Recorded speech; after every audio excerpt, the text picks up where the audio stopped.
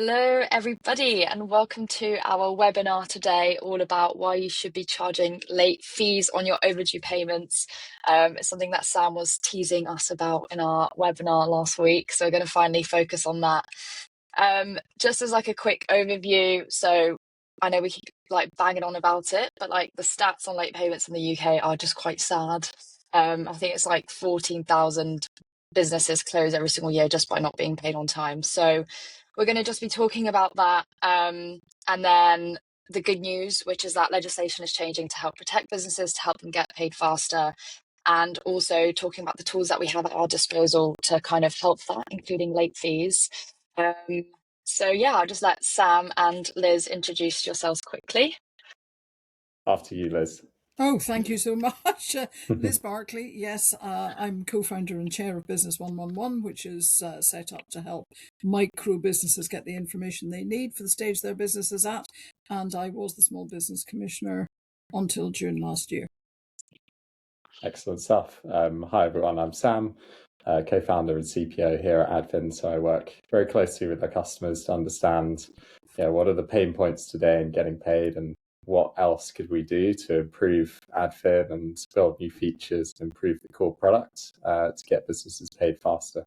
I'm very pleased with myself as well because I've just found 10 seconds before the webinar, I found a switch which got rid of a very, very irritating kind of like you're on an aeroplane noise that was happening, I think, from my headphones. So it's called just-in-time management, Sam. Yeah, exactly.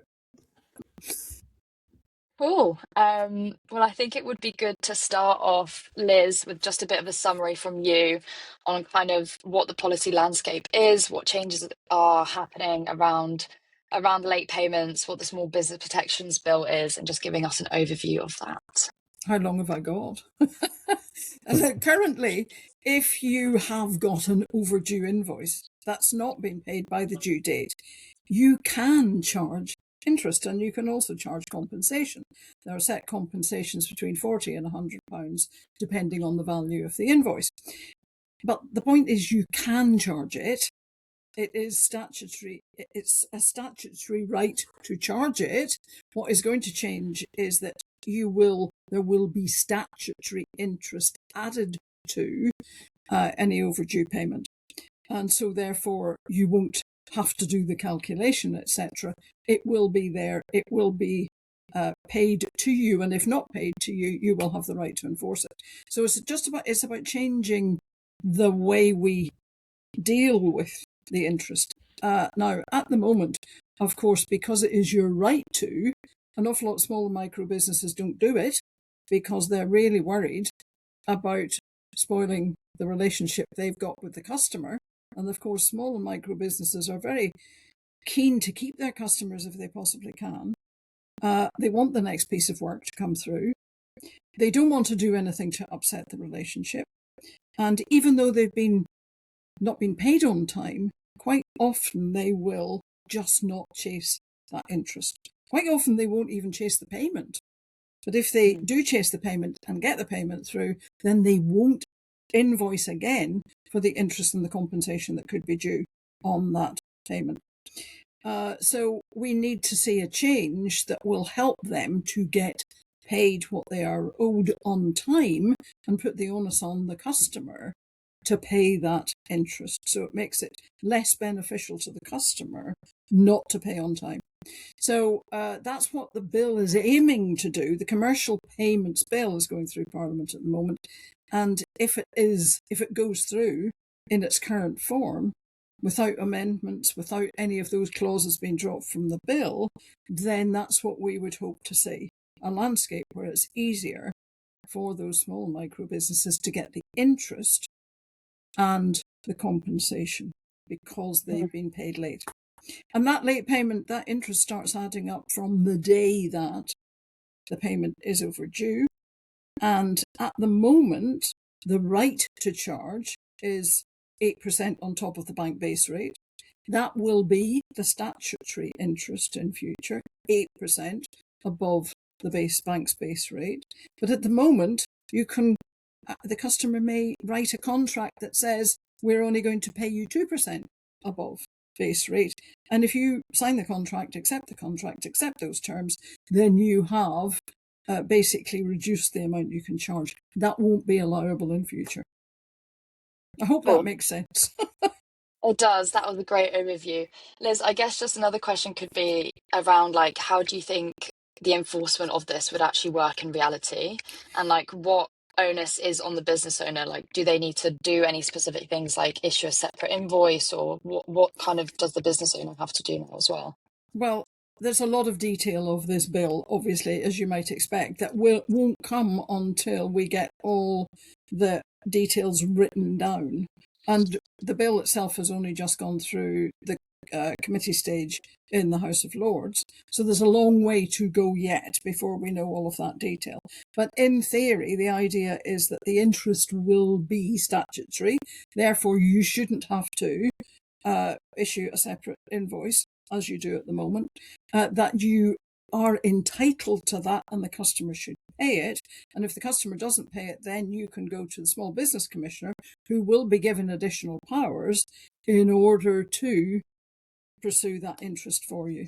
And then, ultimately, to fine persistent late payers. If there are companies that the Commissioner finds are persistently paying late, including those interest and compensation amounts, the Commissioner can then take action. But until we see the details of the bill, until the bill is given it becomes an act given royal assent, the details are still to be worked out. Yeah. And I guess like from our side at Adfin, like we do hear from quite a lot of our customers that this is like a pain point they like suffer from, and they're using like the tools within Adfin to kind of help speed up payments and things. But you're a business owner yourself, Liz, and obviously you advise other business owners. So I think just from Business 111, what are you hearing? What are you hearing from them? Okay, I may be a business owner, but I try very hard not to directly advise small businesses anymore, but to point them in the direction of the people who can advise them. Because, they want really personalised advice, and that would be extremely difficult for me to do on a one-to-one basis. But what I am normally saying to them is, if your payment is late, you've got to start chasing it as early as possible. And if it's still late and there's interest to be added, etc., then you do have to put in that separate invoice. It can be quite difficult for businesses to work it out, because let's say it's 2 years late, and that's not unknown. But even 100, big bill, even 120 days, I am saying to them, you have to work out what the interest rate was in the January that it was late, in the July that it was late, because those two interest rates apply during the year. So what I am hearing is that businesses are simply saying, we just don't do it. It's too complicated. And we are more worried than anything, about losing the next piece of work. So it's still the same story. I mean, I had somebody the other day who hadn't been paid for 120 days. Now, procurement had said, and he only accepted the work because procurement said you'll get paid in 30. And actually, when the invoice reached accounts payable department, it was paid in 30 days. But neither procurement nor accounts payable knew that there were 90 days in the middle that it took for it to go through a 20-stage approval process. Come on, how can it take 20 stages to approve an invoice? But, with some firms where the systems are quite out of date, they're not really keeping up with modern technology, then it can take quite a long time. And they can end up in people's drawers as pieces of paper. And that's the last thing that you want. But that means that if you don't chase up that interest and that compensation, then you're paying out through those 90 days, and you don't know whether you can make your cash flow work in the meantime. Exactly. And quite often, you mentioned 14,000 businesses a year going bust because of late payments. It's because they can't manage the cash flow, because if you haven't got the money coming in when you expect it to come in, then what do? People say, oh, well, you can borrow, you can take invoice financing, there are all sorts of possibilities. But actually, those possibilities may be shrinking your margins and leaving you in a point where, and to be fair, for a lot of micro businesses, borrowing in those circumstances is just not possible. Yeah. And I guess you basically covered a lot on this already. But I did. You have to shut me up instead of just pushing the button You've and letting answered me my go. next question, Liz. No, I wanted to kind of ask, because obviously this has been a right that's been around for like such a long time, like since 1998, and you've Yeah. kind of touched on like why there is so much hesitation, why people are not charging late fees. Is there anything else you think that has like prevented people? And Sam, I don't know if you've got any thoughts on this from speaking with our customers. Do I let you come in, Sam? I'd say it's time. You know, we've got lots of small and micro businesses in this country that are doing everything in their business and finding the time to chase invoices. 86 hours on average, a month on chasing invoices. That's horrendous. You can't, that's probably not the average. That might be a top end. But, you know, if you're a small business owner and you're spending days in effect chasing invoices and working out interest rate payments, etc., you're taking out of your own productivity. So a lot of that it's about time and lack of understanding and not knowing your rights. Yeah. Yeah, I'll definitely echo that. I think we've spoken to hundreds of businesses around this in the last kind of 12 months or so, and came up again and again was, you know, in certain situations, they'd love to be able to use a late fee, not for necessarily the interest itself or, you know, gaining that fee, but really just as a lever to get someone to pay. However, the admin time of adding this up and doing it at scale, it just makes it not worth it. So yeah, that was kind of echoed. So I think that's certainly one side, the admin side. And then the other side of it is the client relationship. And in certain situations, people still feel kind of uneasy, which is certainly understandable. We've seen, some interesting patterns since we launched late fees, where actually kind of our customers start using late fees with a couple of clients who maybe they've disengaged with and they're more problematic, and then they see the results and they start to use them a little bit more broadly. So yeah, it's interesting on that front. I think the relationship is the big thing, you know, and we need to change the culture. We need to change to a culture that says, look, you've done the work, you've delivered it, it has been well worth us procuring from you, and we need to nurture you, look after you, because otherwise the next time we come along to procure some work, you may not be there, and then we've lost a really good supplier. And for those businesses that like have been charging late payments but have been doing it manually because they didn't have the tools to do it in like an automated way, what do you think are like the main like barriers there? What typically goes wrong when people try to do this manually? Make mistakes quite often. You know, and there are calculators out there. Some of them are free. The Small Business Commissioner has an interest fee payment calculator on the site, which is free to use. But you have to know it's there. And I think people just simply get really, I was going to say flummoxed.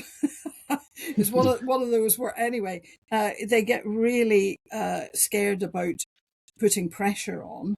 And if they do it once, then, and it's worked and it hasn't destroyed the relationship, then it is something that they're more likely to try again, as Sam said.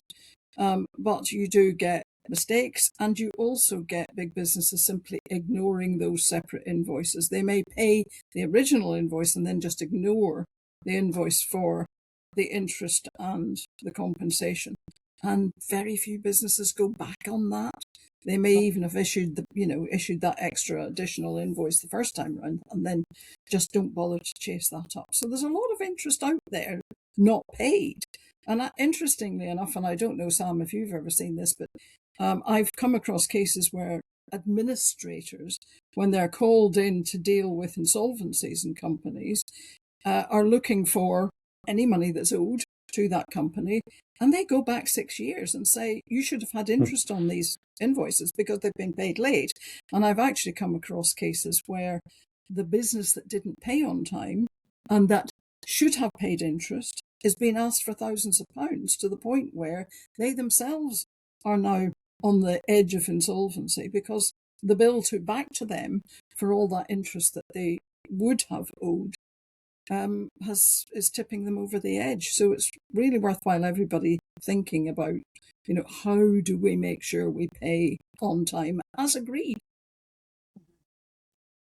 Well, and Sam, obviously we're going to talk about how Adfin automates everything. It'll be really good for you just to touch on like what's changed with the technology. So what existed previously?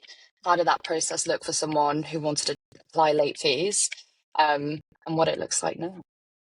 Yeah.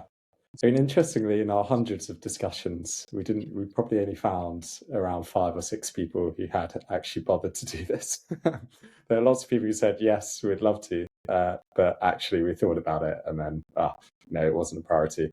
What we saw those 5 or 6 people actually doing in practice is, they would, at a certain time, they would either using an online calculator or an Excel, figure out how much interest applied. They would then issue an additional invoice from their accounting software for that interest. They would then send both invoices with a new instruction for the total amount to be paid on a given day. See, that technically is only valid for that day because the following day there would be more interest, but practically they're not doing this every single day. Normally it'd be you'd send it and maybe wait a week or two and then recalculate and send it again. Then actually a lot of the time what would happen in practice is the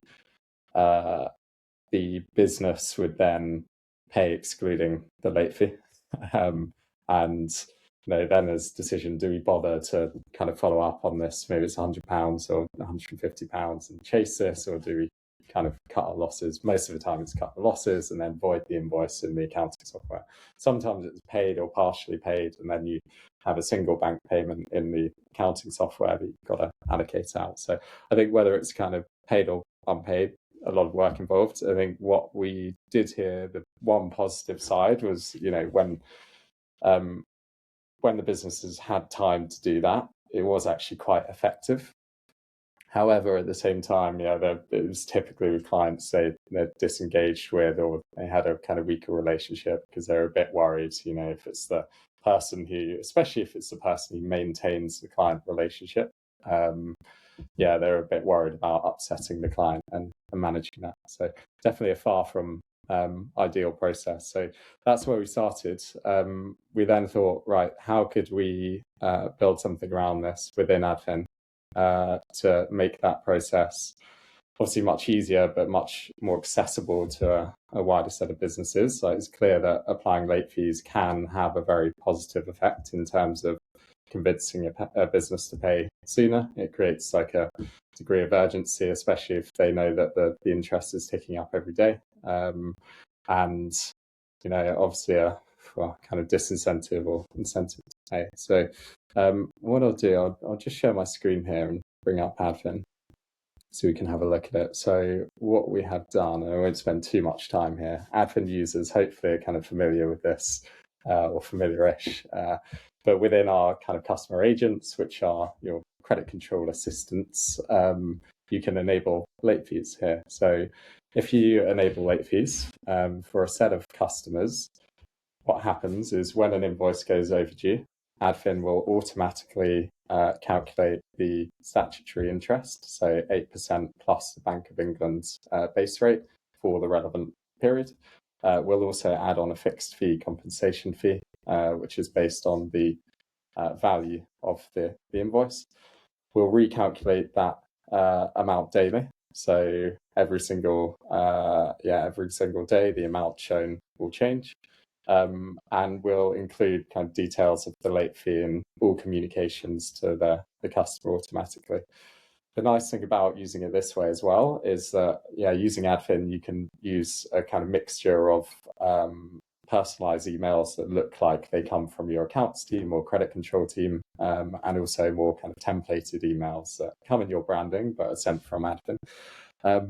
If you're using this in combination with an agent, we'll typically send those emails around late fees from a kind of templated look. That means that, it's kind of a degree of separation. It looks and feels like an automated system is kind of calculating the late fee and applying it. And therefore, it's less like, you as the relationship owner have done this in not despite, that's the wrong word, but have done this to the clients. So there's a nice kind of separation there.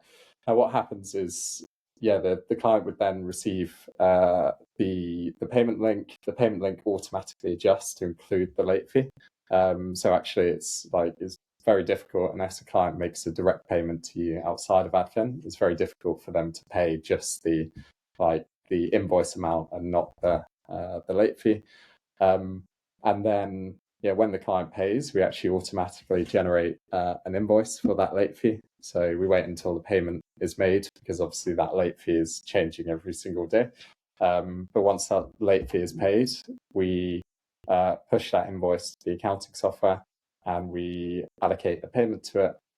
And that makes the reconciliation almost automated as well. So it's very easy. In reality, you've gone from that very manual process to flicking a switch on here. Adfin handles the calculation, handles the payment, and then also handles the invoice generation, the other side. The other thing we did also build based on client feedback was this concept of adding a grace period. So if you choose to use a grace period, then you can say, for example, a late fee is currently racking up. However, if you pay before this date, in, for example, 5 days' time or 7 days' time, then that late fee is automatically waived. So it gives a bit of a kind of carrot and stick approach here, which we've seen is really popular. We typically see that actually right now, when people first start using late fees, maybe it'll change a bit over time, but a lot of the time the grace period is used, and maybe fees are ultimately waived, but the invoice is paid much faster than it would have been otherwise. Cool. And then obviously, for those of you that don't know, I did like a recent 3-week tour visiting many, many Adfin customers. We kind of focus on trying to see some of our newer customers. So when I was introducing this feature to them, a lot of them were not using it yet, but were very excited to. But Sam, I guess you've had some insight into the people that have turned on late fees. Like what have been the impacts for them so far? Yeah, I think there's like 3 interesting trends. The first is, a lot of customers, the way they started using this is they maybe had bad debt from customers they're disengaged with. They chose to put those invoices into Adfin. The way that we built this is actually the interest is, even if you've add an overdue invoice to Adfin, let's say it's 90 days overdue, we'll automatically back calculate the interest. And you can also use a grace period from the time you add that invoice into Adfin as well. So it's very easy to load kind of old bad debt in. We had quite a few customers who got started in that way. And again, they saw like really good results, stuff that they've been chasing for 3-4 months and no response. And we can, you could see that the payment links hadn't been opened within Adfin, that kind of thing. And then one well-timed reminder with the late fee, and it was paid first time. So that was like a really interesting impact. I think the second one we kind of saw is that customers started using late fees with maybe a set of clients, maybe it's 10 or 15 clients who just they still have an active ongoing relationship with. However, those clients just consistently pay late. It's, every monthly invoice or annual invoice, it's always kind of 2 or 3 months paid late. And we saw really, really positive impacts there as well. So we kind of spent a bit of time rooting around in the data earlier this week. And actually we just make sure this is right. So we saw that before, so for our customers who already had clients in Adfin, and we could see they've been consistently invoicing them in the past, and those clients before late fees were being used typically were paying 25 days late on average. Once late fees are actually turned on, that went down to less than a day. So very, very few of those clients were actually leaving it to be overdue. And that's because I think that's, likely because of the fixed fee component of the late fee kicks in. And that's like, £40 if you're a day late. So that's like really wakes people up and people actually go and pay those invoices. So really, really encouraging signals for sure. Can I just ask you, Sam? Do people know when their invoice is due to be paid? Because quite often I find that there's nothing in writing, and the big business, the customer will say, "Well, we agreed to pay you in 60 days," and the small business thinks the payment is late, and then there's a dispute around about when it was actually agreed, and in lots of cases it wasn't talked about at all. And of course, if it's not talked about at all, there is a default to 30 days max. So, but a lot of people don't know that. Yeah, it's a really good point. What we typically see the users of Adfin is they're sending like proactive communications around the invoice before the due date. So yeah, our kind of default reminder sequence would have, especially where due dates are longer, if they're 30 or 45 days, would have a number of reminders leading up to the due date. I think if you're a business and you've already got 3 emails in your inbox saying this invoice is due in 30 days, it's pretty unrealistic then on the due date to turn around and say, oh no, I thought we agreed 60 days. So I think it's about how you kind of get ahead of some of those conversations before the looming due date. Yeah, I do agree. And I would always say to people, just, about a fortnight before, just say, have you got all the information you need? Is the invoice correct, etc., etc. And just build a relationship with the payments people. But of course, quite often the payments people don't know what the procurement people have promised either. And so then, the process kind of gets a bit siloed and it's a bit hard to get an agreement worked out. And then, of course, you've got the other problem, which I find even more difficult, where you've signed a contract that says we'll pay you in 120 days and you've accepted that, but perhaps not read the contract or forgotten that the contract said 120 days, and then everybody gets a bit muddled up as to when it's late. Yeah. And that's coming in as part of the commercial bill as well. Yeah, a maximum 60 days. Yeah. If it goes through as it is. I mean, there was quite a lot of debate in the committee stage last week as to whether it should be 30 days and not 60 days.